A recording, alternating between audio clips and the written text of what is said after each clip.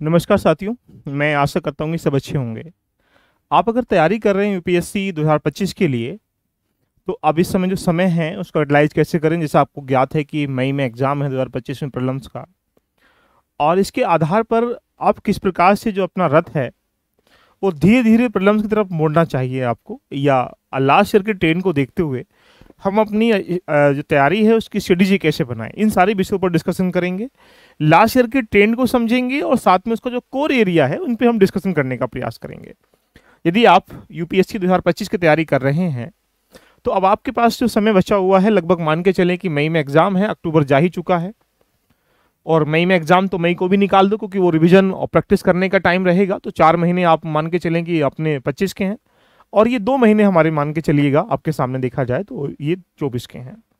यानी कुल मिला के 6 महीने के आसपास आपका डाटा है। वैसे 7 महीने है लेकिन हम 6 महीने मान लेते हैं।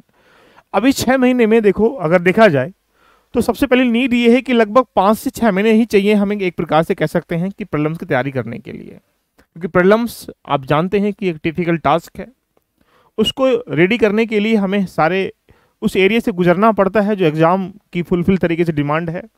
तो सबसे पहली नीड रहती है कि किसी तरीके से आपका जो सिलेबस है उसको कैसे एक प्रकार से कह सकते हैं कंप्लीट करें। अभी वक्त है कि आप प्रीलिम्स के कंप्लीट सिलेबस को पढ़ने का प्रयास करें, चाहे वो history, geography, economy, politics, science, environmental, current affair ही क्यों ना हो।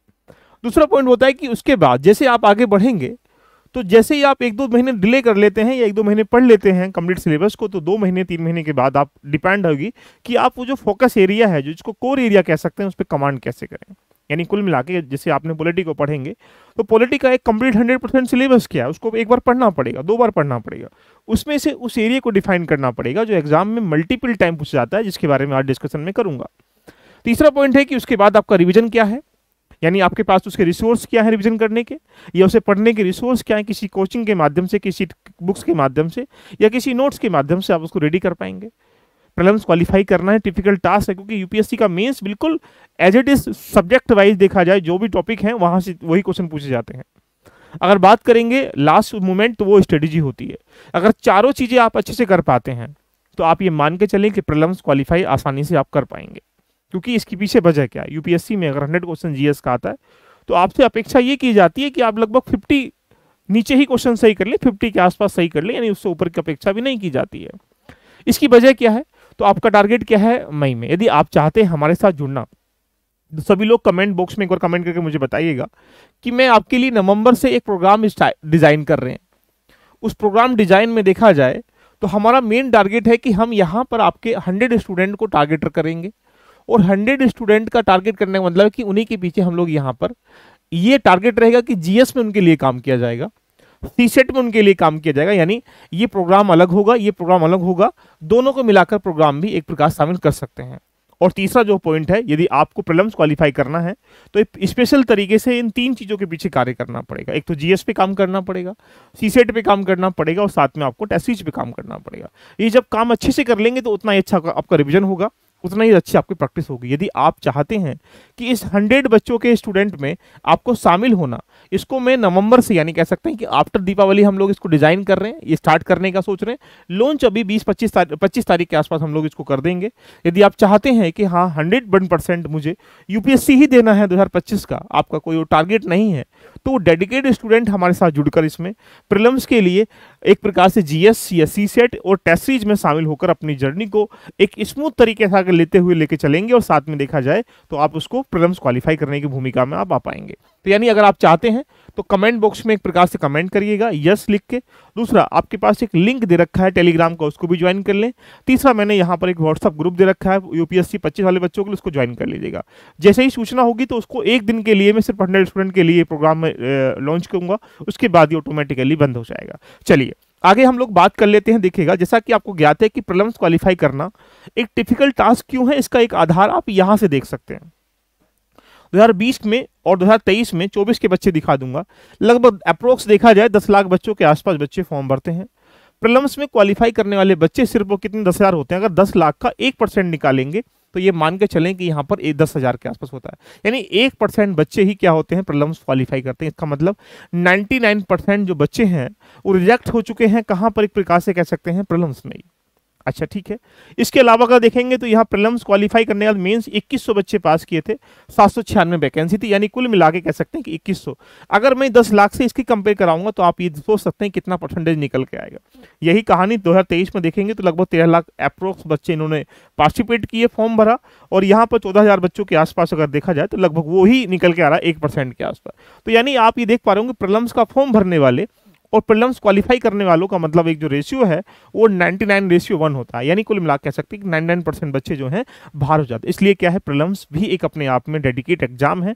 इसीलिए मैं आपके लिए 100 स्टूडेंट के लिए प्रोग्राम को इनिशिएटिव कर रहा हूं जो आपके लिए लाभकारी होगा। चलो आगे बात करते हैं। ये एक सिलेबस है, ये सिलेबस नहीं है, एक प्रकार से कह सकते हैं आधार है कि मैं यहाँ पर जीएस में 100 क्वेश्चन दूंगा और 100 क्वेश्चन मैं यहाँ से दूंगा, ये इसका सिलेबस है। लेकिन जैसे राष्ट्रीय अंतर्राष्ट्रीय महत्वपूर्ण समसामयिक घटनाएं हैं, यानी current event of national international importance वगैरह है, अगर हम इस आधार को देख लिया जाए तो आप ये सोच पा रहे होंगे कि यार ये कौन सी घटनाएं हैं। इसके पीछे आर्थिक घटनाएं हैं, अंतर्राष्ट्रीय घटनाएं हैं, आर्थिक घटनाओं के अलावा वैज्ञानिक हैं, रक्षा हैं, या अलग अलग प्रकार की पर्यावरण की घटनाएं हैं, उनको पॉलिटिक्स की घटनाएं हैं, आर्ट एंड कल्चर की घटनाएं हैं, एक प्रकार से टैकल। इसके लिए जरूरी क्या है, इसके लिए जरूरी है कि हम लास्ट ईयर के ट्रेंड को समझ लें। पहले आपके पास 100 क्वेश्चन आएंगे, अगर 100 क्वेश्चन आएंगे तो यहाँ मान के चलिएगा कि जो अलग अलग का एक आधार है उस आधार पर बात करेंगे। इंडियन पॉलिटी के यहाँ पर 18 क्वेश्चन है, यहाँ पर 15 क्वेश्चन है, यहाँ पर 15 क्वेश्चन है, यहाँ पर आपके पास 11 क्वेश्चन है, यहाँ पर 17 क्वेश्चन है, यहाँ पर आपके पास कह सकते हैं यहाँ पर 15 क्वेश्चन है। देखिए जरूरी क्या है, जैसे मान लो इंडियन पॉलिटी है, इंडियन पॉलिटी की अगर आपने एक एवरेज देख लिया गया तो आपको ये दिमाग में एक पिक्चर सेट हो पा रही होगी कि पॉलिटी का एक ऐसा सेगमेंट है जहां पर एवरी ईयर ये मान सकते हैं कि 15 से लेकर 20 प्रश्नों के बीच में एक एवरेज प्रश्न रहते हैं। यानी आपको प्रश्न कितने सही करने हैं, आपको 50 प्रश्न सही करने हैं। यानी आपको कुछ अपने पैरामीटर सेट करना पड़ेगा कि मुझे किन किन सेगमेंट पे काम करके प्रीलिम्स क्वालिफाई करना है। अगर आप सोचोगे कि सब में महारत हासिल कर लूं, वो पॉसिबिलिटी नहीं है कि आप सभी को टॉप पे ले जाकर आप प्रीलिम्स क्वालिफाई कर पाए।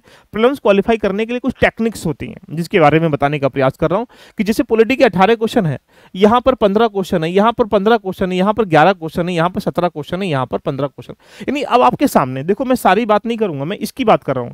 अब जैसे पॉलिटी की तुमने एक एरिया देख लिया कि यहां से कितने प्रश्न आते हैं, तो आपकी जिज्ञासा क्या है, आपकी जिज्ञासा ये होनी चाहिए कि यहां पर जैसे कट ऑफ कितनी जा रही है। कट ऑफ अगर देखेंगे 2023 में सबसे कट ऑफ थी, सबसे लोएस्ट 75 है, 22 में 88 है, 21 में 87 है। यानी आप ये मान लेके चलिएगा किसी भी स्थिति में आप ये मान ले कि मुझे यहाँ पर लगभग 50 क्वेश्चन सही करने हैं, किसी भी स्थिति में 50 क्वेश्चन यहाँ पर सही करने हैं। यानी 50 क्वेश्चन सही करने का मतलब है कि सियोरिटी के साथ आप प्रीलिम्स तुम्हारा कोई नहीं रोक पाएगा निगेटिव काटने के बाद। तो आपकी चुनौती की, आपने पॉलिटी की बात करी, आपके पास कितने प्रश्न आ रहे हैं, बोलेंगे सर यहाँ से पॉलिटी के जो है यहाँ पर ये मान के चलें कि आपके पास 15 से लेकर 20 प्रश्न आपके सामने यहाँ दिखाई दिए जाएंगे। तो आपके पास रास्ता क्या है, सबसे पहले पॉलिटी का सिलेबस क्या है, ये डिमांड होना चाहिए आपकी पूरी करने की। दूसरी बात, हमें फिर उसके बाद सेकेंडरी ऑप्शन जो है फोकस एरिया क्या है, जो हम उसके नोट्स बनाते चले और वो लास्ट टाइम के लिए कोर एरिया बन जाएगा। तीसरा पॉइंट क्या है कि यहाँ पर जो PYQ आए हुए हैं वो रिवीजन तो करेंगे, लेकिन उनके कौन कौन से टॉपिक हैं जो आपके यहाँ पर फोकस एरिया में और जो आपके सिलेबस में इंटरलिंक हो जाएंगे ऑटोमेटिकली।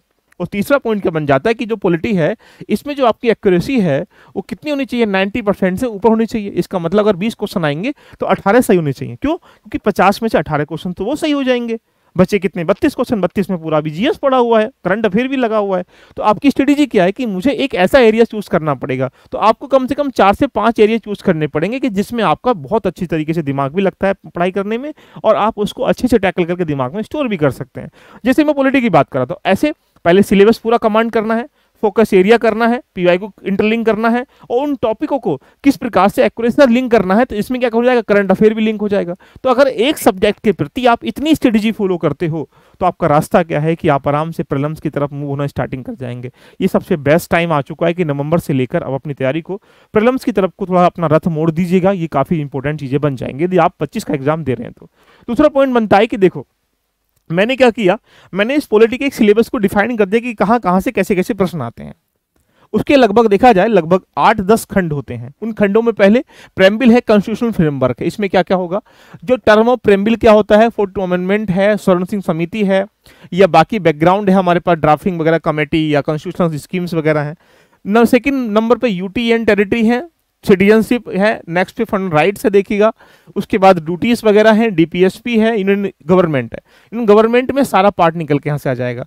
फिर पार्लियामेंट है, पार्लियामेंट के बाद जाएंगे तो यहाँ पर आपका जुडिशरी है, स्टेट गवर्नमेंट है, एडमिनिस्ट्रेशन ऑफ स्पेशल एरियाज है, इमरजेंसी है। इसके अलावा अगर जाते हैं तो पंचायत राज एंड म्यूनसिपलिटी से है, और लास्ट में कॉन्स्टिट्यूशनल बॉडीज देखिएगा निकल के यहाँ से आ जाएंगे। तो यानी ये एक 14 टॉपिक है, यानी इस 14 टॉपिक से जो आप देखेंगे तो आपको यहाँ 100% प्रश्न मिलेंगे। कहाँ? पॉलिटी में देखिएगा। तो इसका मतलब क्या है कि हमें कॉन्स्टिट्यूशनल बॉडीज में भी कौन कौन सी बॉडीज कवर करनी है, ये मैंने यहाँ डिफाइन कर दी गई है। यानी अगर आप इस चीज को देख पा रहे होंगे तो हमने क्या किया, हमने सबसे पहले एक सिलेबस पर कमांड कर लिया। तो 14 यूनिट है, 14 टॉपिक हैं, इस 14 यूनिट में से हमें ये चीजें कमांड करनी। जैसे अगर आप सिटीजनशिप पढ़ेंगे तो यहाँ पर आर्टिकल 5 से 51 बेसिक फ्रेमवर्क समझो, पीआईओ क्या होता है, एनआरआई क्या होता है, ओसीआई क्या है इसको समझो, एंड देन प्रवासी भारतीय दिवस क्या होता है, इसको कब से मनाते हैं, कैसे मनाते हैं। फिर अभी हाल ही में सिटीजन एक्ट लेके आए थे 2016 का, उसको समझो, and recent changing and voting policy क्या क्या है देखते हुए इसको आप समझने का प्रयास करो। तो इस प्रकार से मैंने यहाँ इसके इस टॉपिक के साथ साथ सब टॉपिक मैंने डिफाइन कर दिया। अच्छा ठीक है, इसको डिफाइन करने के लिए आपके पास क्या है, आधार क्या है, तरीका क्या है, इसको रेडी कहाँ से करेंगे। तो पॉलिटी रेडी करने के लिए 3 आधार हो सकते हैं। एक आधार अगर देखेंगे तो सबसे पहले लक्ष्मीकांत की किताब आपको यहां पर दिखाई दे रही होगी, देखिएगा लगभग प्रीलिम्स में 70% के आसपास जो टॉपिक हैं वो यहां से कवर हो जाएंगे। दूसरा, आपके पास क्लास नंबर 11th की पॉलिटिकल थ्योरी किताब, क्योंकि समानता क्या होती है, अधिकार क्या होते हैं, ये जो कंसेप्चुअल क्वेश्चन पूछता है कहां से रेडी करोगे।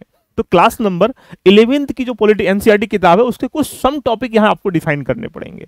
इसके अलावा आपको पता है कि कॉन्स्टिट्यूशन, इंडियन कॉन्स्टिट्यूशन वर्क कैसे करता है, ये 3 किताबें आपको एक प्रकार से कह सकते हैं कि यहां पर इस प्रीलिम्स के लिए या एक प्रकार से कह सकते हैं मेंस का भी आधार आपको रेडी हो जाएगा। इसके साथ साथ ही पॉलिटी के लिए बहुत जरूरी है। इन 3 किताबों के माध्यम से आप आराम से प्रीलिम्स क्वालिफाई कर सकते हैं। अगर इन 3 किताबों का समायोजन हमारे इस प्रोग्राम में मिल जाए तो कैसा रहेगा, बोलेंगे सर अच्छा रहेगा। तो मेरा मानना यह है कि इन 3 किताबों का जो 100% सिलेबस में दिखा रहा हूं वो इसमें समायोजन मिल जाएगा।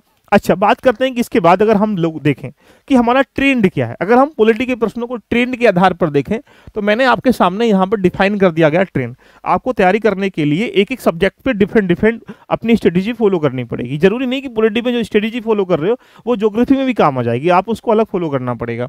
जैसे अगर आप देखेंगे तो यहाँ 2018 में जो पॉलिटी के क्वेश्चन आए थे, एक क्वेश्चन कहाँ से आया, लोकसभा से आया। किससे? लोकसभा स्पीकर से क्वेश्चन आया। देखो नंबर दूसरा कहां से आया, रोल एंड रेस्पॉन्सिबिलिटीज था इसका। दूसरा क्वेश्चन क्या है, difference between constitutional and law government of India act 1935 का आया। तीसरा क्वेश्चन कहां, लोकसभा से है। चौथा राज्यसभा से है। पांचवा प्राइवेसी इन इंडिया से है, राइट टू प्राइवेसी जो होता है। छठा क्वेश्चन यहाँ पे अमेंडमेंट से है। सातवां पार्लियामेंट कमेटी से है। आठवां क्वेश्चन आपके चार्टर्ड एक्ट से है। नौवां क्वेश्चन इमरजेंसी, एक आध क्वेश्चन और भी आया होगा जो कि करंट का बन जाएगा। तो 3 से 4 क्वेश्चन करंट के आते हैं, नहीं कुल मिला के 12-15 क्वेश्चन के आसपास हमारे सामने बैठ जाते हैं। अब देखो ये क्या है, ये वो टॉपिक है जहां से यूपीएससी ने 2018 में प्रश्न पूछे थे प्रीलिम्स में। अच्छा ठीक है, हमने इसको समझ लिया। तो आपके पॉइंट क्या बन रहा है कि लोकसभा स्पीकर होता क्या है, लोकसभा स्पीकर के कौन कौन से वर्क होते हैं, कौन कौन से वर्क नहीं होते हैं, कौन कौन सी रेस्पॉन्सिबिलिटीज होती हैं, कौन कौन से उसके एक प्रकार से कह सकते हैं ड्यूटीज वगैरह होती हैं। It is a major topic, ये रेडी होना चाहिए। ऐसे ही अगर आप बात करेंगे यहां पर कि लोकसभा, तो लोकसभा से हो सकता है कि लोकसभा के कार्यकाल से क्वेश्चन पूछे, लोकसभा के निर्वाचन के क्वेश्चन पूछे, लोकसभा की गतिविधि से प्रश्न पूछे, लोकसभा के रूल से प्रश्न पूछे, लोकसभा के नियम से प्रश्न पूछे। ये क्या एक सिमिलर टॉपिक है, यानी एक प्रकार से ये 10 टॉपिक हैं, 10-11 टॉपिक हैं। ये टॉपिक आपको रेडी होनी चाहिए। अब इमरजेंसी है, इमरजेंसी आर्टिकल 352 है, 356 है, 360 है, 357 है। क्या उसका आधार है, कैसे उसको इम्पोज करते हैं, कैसे उसको हम लोग रिवूल करते हैं, हटाते हैं, ये सारी बातें रेडी होनी चाहिए। ऐसे ही अगर आप देखेंगे तो 2019 में मैंने यहां टारगेट सेट कर दिया। पहला क्वेश्चन कहां से आया, 10 शेड्यूल से क्वेश्चन देखने को मिल रहा है, देख लीजिएगा। दूसरा क्वेश्चन क्या है, लिस्ट ऑफ शेड्यूल से क्वेश्चन आ रहा है, देख लो। सुप्रीम कोर्ट से क्वेश्चन है, डिवाइस ऑफ पार्लियामेंट प्रोसीडर से क्वेश्चन है, आर्टिकल 19 से प्रश्न है। देखो अब देखो इसको लिंक करने का प्रयास करिएगा। अगर मैं ये देखूंगा, ये लिखा है यहां पर, अगर जाते हैं privacy of India in India, right to privacy कह सकते हैं। किसका भाग है, बोलेंगे सर आर्टिकल 21 का भाग है। इसी क्वेश्चन को लिंक कर ले, आर्टिकल किसका, 19 का पार्ट है। तो यानी कि एक प्रकार से आपके दिमाग में पैरामीटर सेट हो गया कि वो क्वेश्चन यहीं कहना कि राइट से जरूर देता है, क्योंकि उधर 21 से पूछा है, उधर एक प्रकार से 19 से पूछा गया। तो इस प्रकार से आप ट्रेंड को फॉलो करो। अब इसमें क्या होगा, 10 शेड्यूल का मतलब है 10 तो आपको पता होनी चाहिए, लेकिन 10th के अलावा भी जो पहली शेड्यूल, दूसरी शेड्यूल, तीसरी है, 12 की 12 जो शेड्यूल हमारे पास अवेलेबल है कॉन्स्टिट्यूशन में, वो आपके टिप्स पे होनी चाहिए, आपके दिमाग में होनी चाहिए, है ना। उससे क्या होगा कि आर्टिकल या जो शेड्यूल्स वगैरह, अनुसूची वगैरह है, 11 में क्या है, कितने कितने भागों में हमने बांट रखा है, इसका मतलब आपने इस क्वेश्चन के सापेक्ष में इसका टॉपिक रेडी कर लिया। It is the major part. ये ऐसे प्रॉब्लम्स निकलेगा, ऐसे नहीं कि हाँ कब, ठीक है चलो। अगला अगर हम लोग बात करेंगे यहाँ पर देखो, राइट टू फ्रीडम हो गया। अगर हम लोग बात गवर्नर से देखिएगा तो गवर्नर्स का मतलब है कि कोई हो सकता है गवर्नर की योग्यता से, कार्यकाल से, या उसकी रिस्पॉन्सिबिलिटीज वगैरह से, या राष्ट्रपति की तुलना राज्यपाल से करा दे, ऐसे कुछ लगातार पूछ लेता है। ये लेटेस्ट में हाल ही में कहाँ कहाँ के राज्यपाल को अपॉइंट किया गया, वो भी क्वेश्चन आपसे पूछने का प्रयास करता है। तो यानी कुल मिला कह सकते हैं कि ये क्वेश्चन जरूर आपके रेडी होने चाहिए। हाई कोर्ट, सुप्रीम कोर्ट, देखो सुप्रीम कोर्ट से क्वेश्चन पूछ रहा है, हाई कोर्ट से क्वेश्चन पूछ रहा है, प्रेम्बिल से क्वेश्चन पूछ रहा है। यही क्वेश्चन अगर आप यहाँ देखेंगे तो difference between the constitutional and low government से क्वेश्चन पूछा गया। तो यानी ये भी एक आधार क्या है, एक प्रकार से कैसे हो सकता है। तो ये आपके दिमाग में पूरा देखो, list of the committee and commission, तो यहां पर अगर आप देखेंगे तो यहां पार्लियामेंट कमेटी से प्रश्न है। यानी आप क्या कर पा रहे हैं कि एक चीजों को दूसरी चीज के साथ इंटरलिंक कर टॉपिक को रेडी कर पा रहे हैं। यही सबसे मेजर पार्ट। अगर आप इसी को 2020 में लेके जाएंगे, कंटेम्प्ट ऑफ कोर्ट, यही तो कोर्ट है भाई, जुडिशरी क्वेश्चन है। अगर बात करेंगे एडवोकेट एंड वार काउंसलिंग, तो यही तो बात कर रहा हूं, सुप्रीम कोर्ट, हाई कोर्ट की, वहीं से क्वेश्चन है। अगर हम बात करेंगे मिनिस्ट्री ऑफ यूनियन गवर्नमेंट से, तो एक वही आ रहा है। देखो लोकसभा की ताकत निकल के आ रही है। एंटी डिफेक्शन लॉ की बात करेंगे तो वहीं से निकल कर आ रहा है। अटॉर्नी जनरल की क्वेश्चन बात करेंगे, डिप्टी स्पीकर, अगर यही बात करिए, देखिए लोकसभा स्पीकर से क्वेश्चन पूछा गया। अब यही क्वेश्चन 2021 में कैसे, 19 में किस में आ गया बोलेंगे, यहां पर देखेंगे तो डिप्टी स्पीकर से क्वेश्चन निकल के आ रहा, देख लो। इसका मतलब टॉपिक घुमाता नहीं है यूपीएससी, टॉपिक को एक प्रकार से कह सकते हैं आधार वही रखता है, बस क्वेश्चन को घुमाता है, देखिएगा। इसलिए पीवाईक्यू इसलिए जरूरी होते हैं कि हम उनके लास्ट क्रिकेट ट्रेंड को देखने का प्रयास करें। तो मेरा मानना है कि अगर आप इस आधार पर रेडी करेंगे तो आपके लिए क्या हो जाएगा, लाभकारी हो जाएगा। 2000 एक प्रकार से कह सकते हैं हमने क्या किया गया इस सारी चीज़ों को। तो आपके पास 3 ऑप्शन है। पॉलिटी के लिए आप क्लास नंबर 9th और 10th की एनसीईआरटी पढ़ लें, पॉलिटिकल। वैल्यू एडिशन जो यहाँ पर कह सकते हैं कि हम देंगे, उसको पढ़ सकेंगे। पॉलिटी के लिए आपके पास लक्ष्मीकांत की किताब तो होगी, नहीं होगी चलेगा, हैंड राइटिंग नोट्स में आपको दूंगा। करंट अफेयर के लिए आप यहाँ पर मंथली मैगजीन। तो यानी 3 रिसोर्स आपके पास रेडी हैं। एक रिसोर्स क्या है, एनसीईआरटी, उस एनसीईआरटी को लिंक करो इसी में। दूसरा रिसोर्स क्या है, इसका बुक है, देखिएगा। और तीसरा रिसोर्स क्या है, करंट अफेयर है। ये 3 रिसोर्स रेडी करने के बाद क्लास नंबर 1 याद रखिएगा, 11th की एनसीईआरटी 2 है, उन दोनों कवर कर लीजिएगा। बुक्स के लिए लक्ष्मीकांत, उसके बाद करंट अफेयर के लिए आप विजन को फॉलो कर सकते हैं, दृष्टि फॉलो कर सकते हैं, कोई फॉलो करिएगा। और इन तीनों इनका समायोजन चाहते हैं तो मैं चाह रहा हूं कि यहाँ पर 2025 वाले बच्चों के लिए बिल्कुल बेहतर तरीके से एक प्रॉब्लम्स का इनिशिएटिव किया जाए जो आपके लिए लाभकारी हो, क्योंकि प्रयास करना आपकी जिम्मेदारी है, सफलता भी आपकी जिम्मेदारी बन जाएगी फिर। तो इसलिए इस तरीके से पॉलिटी, फिर ज्योग्राफी, इकोनॉमी, साइंस, ये सब चीज़ें रेडी हो जाएंगी तो आपके लिए प्रॉब्लम्स क्या है, एक आसान चीज़ें बन जाएंगे। रही बात कि जैसे मैंने आपने देखा होगा, मैंने टेस्ट दिए थे 2000, अगर हम बात करेंगे यहाँ पर 2024 के बारे में, तो 2024 में क्वेश्चन पूछा गया, भारत सरकार ने दिसंबर 2023 में यहाँ पर परिसीमन आयोग कब गठित किया गया था। अगर आप इसको टेस्ट में जाकर देखेंगे तो ये देख लीजिएगा, मैंने सिर्फ यहाँ पर क्वेश्चन दे रखा है, ये क्वेश्चन आपके सामने इन्वॉल्व है। जो पॉलिटी का क्वेश्चन मेरे टेस्ट से निकल के आया, लगा लीजिएगा। अगर आप बात करेंगे यहाँ पर अगले क्वेश्चन की 71 अमेंडमेंट के बारे में, यहाँ पर कोकर्णी, मणिपुर, मैथिली एक प्रकार से पूछा गया था। ये यूपीएससी क्वेश्चन है, मेरे टेस्ट में जाकर अगर आप देखेंगे तो आपके सामने दिखाई दे रहा होगा कि क्वेश्चन डायरेक्टली पूछा गया, देख लीजिएगा। मैं ये नहीं कह रहा कि क्वेश्चन डायरेक्टली, क्योंकि अब सोचो लाइन टू लाइन तो नहीं आने वाली, लेकिन यहाँ लिखा हुआ है कि भाई जितने भी लैंग्वेज के बारे में डिफाइन कर रखा है, तो ये सारे अमेंडमेंट देख लीजिएगा, कितने अमेंडमेंट हम लोगों ने क्या कर रखा है, किसमें। अगर हम बात करेंगे यहीं से देख लीजिएगा भारत के संविधान में कौन सा कथन सही है, तो भाग नंबर 9A के बारे में, भाग नंबर 74 अमेंडमेंट ये रहा 9A के बारे में, मैंने यहाँ डिफाइन कर रखा है, लगा लीजिएगा। यही नहीं, अगर आप दूर दराज करंट अफेयर के बारे में बात करेंगे तो ऑपरेशन सद्भावना की बात मैंने यहाँ पे कर रखी, ये रहा ऑपरेशन सद्भावना, देख लीजिएगा, ये टेस्ट सीरीज में दे रखा है। तो पॉलिटिकल लगभग यहाँ पर जो 11-12 क्वेश्चन यहाँ दे रखे थे, 8-9 क्वेश्चन डायरेक्टली हमारे टेस्ट से आए हुए हैं। ऐसे ही ज्योग्राफी के मैं दिखा दूंगा, हिस्ट्री के मैं दिखा दूंगा। तो सारे क्वेश्चन अगर आप देखेंगे, लोकसभा की आचार समिति के बारे में बोल रहा है, ये देख लो, इथिकल समिति देख लीजिएगा, मैंने यहाँ डायरेक्टली लिख रखा है। और ये सेम क्वेश्चन इथिक्स समिति के बारे में पूछ रहा है, आचार समिति के बारे में मैंने यहाँ डिफाइन कर रखा है। तो यही नहीं, यहाँ सारे क्वेश्चन अगर इसके अलावा अगर आप देखेंगे तो मैंने पॉलिटी के भी, हिस्ट्री के भी जो क्वेश्चन आए हुए हैं उनका भी हम लोगों ने क्या किया है, यहाँ पर डिजाइन किया गया। तो भाई ये रही रणनीति। अगर आप इस रणनीति को फॉलो करेंगे, इसी तरीके से geography, polity, history, economy, science सबको कवर करने का प्रयास करिएगा, आपके लिए सबसे बेस्ट बहुमूल्य समय है। आप अगर आप खुद से कर सकते हैं तो बहुत अच्छी बात है, लेकिन आपको एक लाइनर, आपको गाइडेंस, मेंटोर आपके लिए जरूर चाहिए देखिएगा। तो मैं आपके लिए यहाँ पर एक प्रोग्राम को डिज़ाइन कर रहा हूँ। इस डिज़ाइन करने का मेन पर्पस सिर्फ इतना है कि आप अपनी तैयारी के लिए एक बेहतर आयाम देने के पर्पस से यहाँ पर जीएस के साथ, यहाँ पर सीसेट के साथ और टेस्ट सीरीज के साथ इसको हम लोग अलग अलग करें। जिसको सिर्फ जीएस करना है वो जीएस कर सकता है, सीसेट करना सीसेट कर सकता है, दोनों को मिलके करना दोनों को मिलके कर सकता है, टेस्ट सीरीज अलग करना टेस्ट सीरीज अलग करना का। इन सब के लिए हम लोग बहुत जल्दी इनिशिएटिव करने वाले हैं। यदि आप चाहते हैं तो एक बार कमेंट बॉक्स में कमेंट करके जरूर यस लिखिएगा और नीचे दिए गए नंबर को, और उस पर जरूर जुड़ जाइएगा, व्हाट्सएप पे भी और टेलीग्राम पे भी। कैसी लगी चर्चा एक बार कमेंट करिए। 25 में एग्जाम देने के लिए हमारे साथ पूरी जर्नी को रेडी करने के लिए आप सबका बहुत बहुत शुक्रिया। All the best, love you all of you, bye bye, take care.